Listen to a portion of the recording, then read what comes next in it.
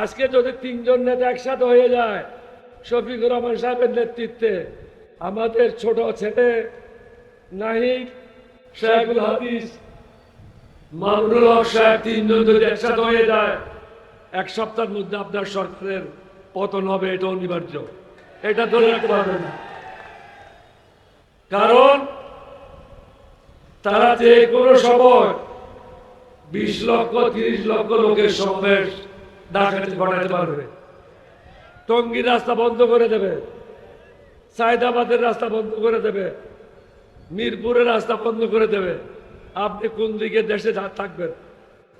এখন আপনি দুর্নীতি বন্ধ করতে পারেন নাই, চাঁদাবাজি বন্ধ হয় নাই, আইন শৃঙ্খলার চরম অবনতি, দ্রব্যমূল্যের ঊর্ধ্বগতি, এবং আপনার দলের লোকেরা দুর্নীতিবাজ যে সমস্ত ব্যবসায়ীরা আছে তাদের ব্যবসায়িক প্রতিষ্ঠানগুলি পাহারা দিচ্ছে। আপনি খবর নিয়ে দেখেন বসুন্ধরা দায়িত্বে কে আছে, সুমিট গ্রুপের দায়িত্বে কে আছে, এস আলমের দায়িত্বে কে আছে? আপনার নেতা, আপনার নেতার ছেলেরা, তারাই পাহারা দিচ্ছে, আপনাকে ভুল পথে পরিচালিত করছে। আপনি যেহেতু বাইরে ছিলেন, বাস্তবের সাথে আপনি এখনো পরিচিত হতে পারেন নাই। আমি অনুরোধ করব সিলেটবাসীর পক্ষ থেকে, আপনি জনগণের প্রধানমন্ত্রী হন, বিএনপির প্রধানমন্ত্রী না। জনগণের প্রধানমন্ত্রী হতে হলে জনগণের আশা আকাঙ্ক্ষার প্রতিফলন ঘটাতে হবে। আমরা চাই জনগণের আশা আকাঙ্ক্ষার প্রতিফলন হোক, অন্যথায় আমাদের সম্মুখে অন্য কোনো রাস্তা খোলা থাকবে না। তখন শুধু একটাই হবে, এক দফা এক দাবি, এই সরকার কবে যাবি, এটা ছাড়া কোনো কিছু রাখবে না। আমাদেরকে ওই জায়গায় ধাক্কা দিয়ে দেবেন না।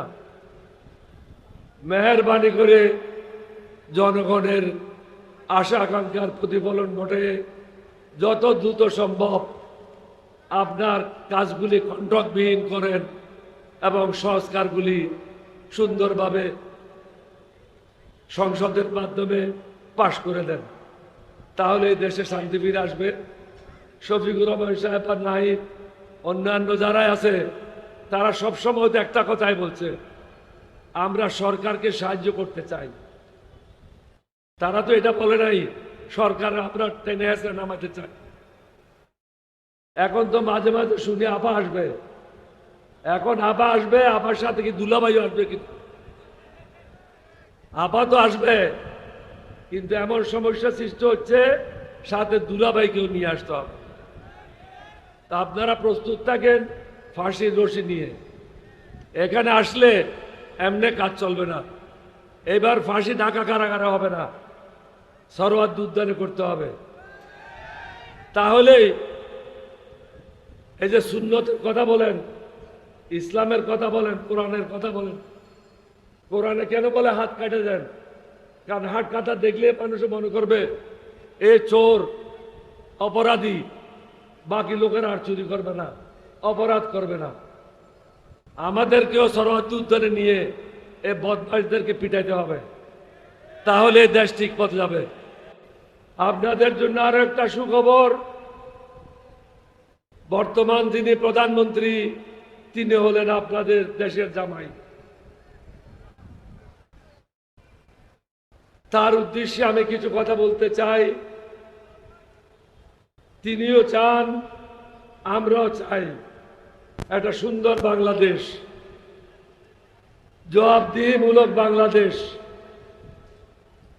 এটা তখনই সম্ভব যখন দেশের ন্যায় বিচার প্রতিষ্ঠা হবে।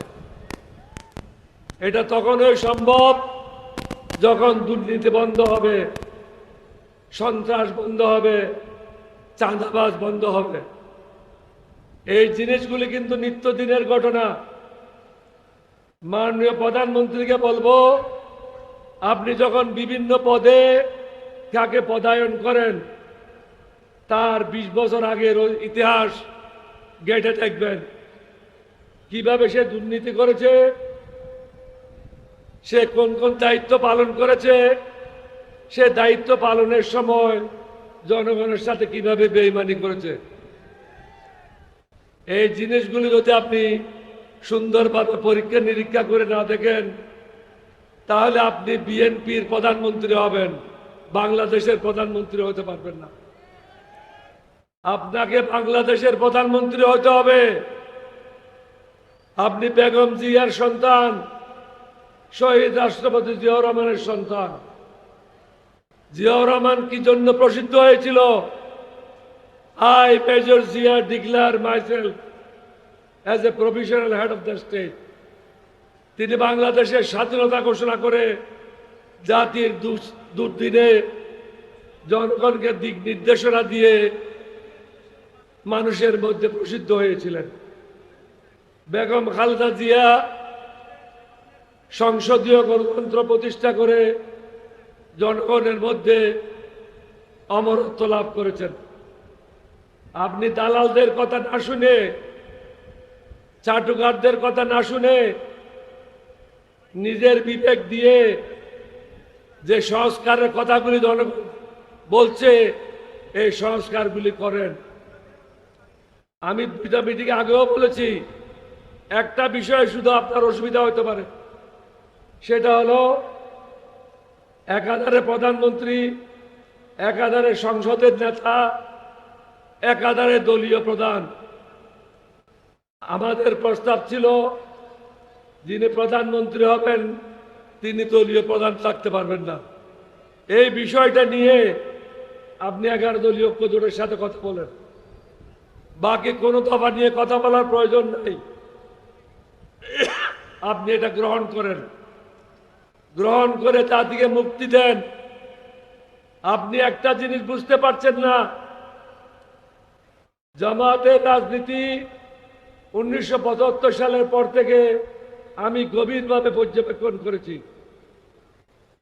আজকে তাদের যে শৃঙ্খলা, তাদের দলের মধ্যে যে যেরকম ঐক্য, সশস্ত্র বাহিনীতে এরকম নাই। আজকে যদি 3 জন নেতা একসাথে হয়ে যায়, শফিকুর রহমান সাহেবের নেতৃত্বে, আমাদের ছোট ছেলে নাহিদ এবং শেখুল হাদিস মামুনুল হক সাহেব 3 জন যদি একসাথে হয়ে যায়, 1 সপ্তাহের মধ্যে আপনার সরকারের পতন হবে, এটা অনিবার্য। এটা ধরে রাখতে পারবেন না, কারণ তারা যে কোনো সময় 20 লক্ষ 30 লক্ষ লোকের সমাবেশ ঢাকাতে ঘটাতে পারবে। টঙ্গীর রাস্তা বন্ধ করে দেবে, সায়দাবাদের রাস্তা বন্ধ করে দেবে, মিরপুরের রাস্তা বন্ধ করে দেবে। আপনি কোন দিকে দেশে থাকবেন? আপনাকে এটা বুঝতে হবে। আপনি অন্যদের দ্বারা প্রভাবিত হবেন না। দেশের মানুষের কথা চিন্তা করেন, দেশের মঙ্গলের কথা চিন্তা করেন। মানুষকেও চিরদিন বেঁচে থাকবে না। মানুষ বেঁচে থাকে তার কর্মের মাধ্যমে, টাকা দিয়ে নয়, পদ দিয়ে নয়। আপনি প্রধানমন্ত্রী, এই জন্য জনগণের মধ্যে বেঁচে থাকবেন না। আপনাকে বেঁচে থাকতে হলে জনগণের আশা আকাঙ্ক্ষা আপনার কর্মের মধ্যে প্রতিফলিত হতে হবে। সেটা হলো জনগণ যে সংস্কার চায়, সেই সংস্কার আপনি করেন। মেহরবানি করেন, অন্যের কথায় প্রভাবিত না হয়ে বাংলাদেশের মানুষের কথা চিন্তা করেন।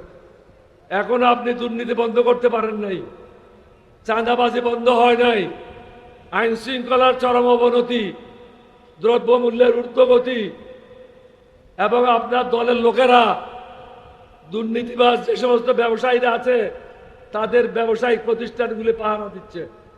আপনি খবর নিয়ে দেখেন, বসুন্ধরা দায়িত্বে কে আছে, সুমিত গ্রুপের দায়িত্বে কে আছে, এস আলমের দায়িত্বে কে আছে?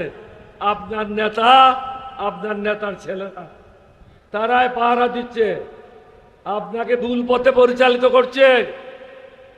আপনি যেহেতু বাইরে ছিলেন, বাস্তবের সাথে আপনি এখনো পরিচিত হতে পারেন নাই। আমি অনুরোধ করব সিলেটবাসীর পক্ষ থেকে, আপনি জনগণের প্রধানমন্ত্রী হন, বিএনপির প্রধানমন্ত্রী না। জনগণের প্রধানমন্ত্রী হতে হলে জনগণের আশা আকাঙ্ক্ষার প্রতিফলন ঘটাতে হবে। আমরা চাই জনগণের আশা আকাঙ্ক্ষার প্রতিফলন হোক। অন্যথায় আমাদের সম্মুখে অন্য কোনো রাস্তা খোলা থাকবে না। তখন শুধু একটাই হবে, এক দফা এক দাবি, এই সরকার কবে যাবি, এটা ছাড়া কোনো কিছু রাখবে না। আমাদেরকে ওই জায়গায় ধাক্কা দিয়ে দেবেন না। মেহেরবানি করে জনগণের আশা আকাঙ্ক্ষার প্রতিফলন ঘটে যত দ্রুত সম্ভব আপনার কাজগুলি কন্ট্রাক্টবিহীন করেন এবং সংস্কারগুলি সুন্দরভাবে সংসদের মাধ্যমে পাশ করে দেন, তাহলে এই দেশে শান্তি ফিরে আসবে। শফিকুর রহমান সাহেব আর নাহিদ অন্যান্য যারাই আছে তারা সবসময় একটা কথাই বলছে, আমরা সরকারকে সাহায্য করতে চাই।